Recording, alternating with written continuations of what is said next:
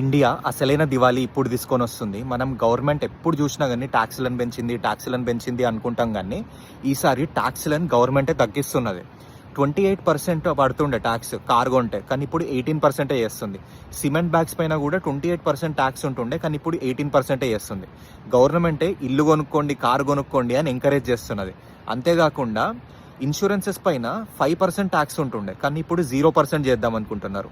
మరి ఇట్లా ట్యాక్స్లను తగ్గిస్తే గవర్నమెంట్కే లాస్ అవుతుంది కదా అని అనుకుంటాం.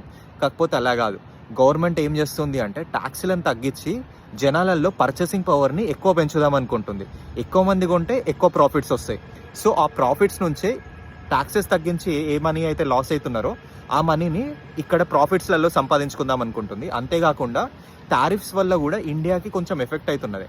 సో ఆ టారిఫ్స్లలో లూజ్ అయ్యే మనీని కూడా ఇక్కడ సంపాదించుకుందాం అనుకుంటుంది. సో మీరు ఎలాంటి ప్రోడక్ట్స్ మీదనైతే 0% ట్యాక్స్ ఉంటే బాగుంటుంది అనుకుంటున్నారో కింద కమెంట్స్లో మెన్షన్ చేయండి. ఒకవేళ వీడియో మంచిగా అనిపిస్తే లైక్ చేసి మీ ఫ్రెండ్స్ అండ్ ఫ్యామిలీతో కూడా షేర్ చేయండి. ఇంకా ఈ ఛానల్ని ఫాలో చేయడం మర్చిపోకండి.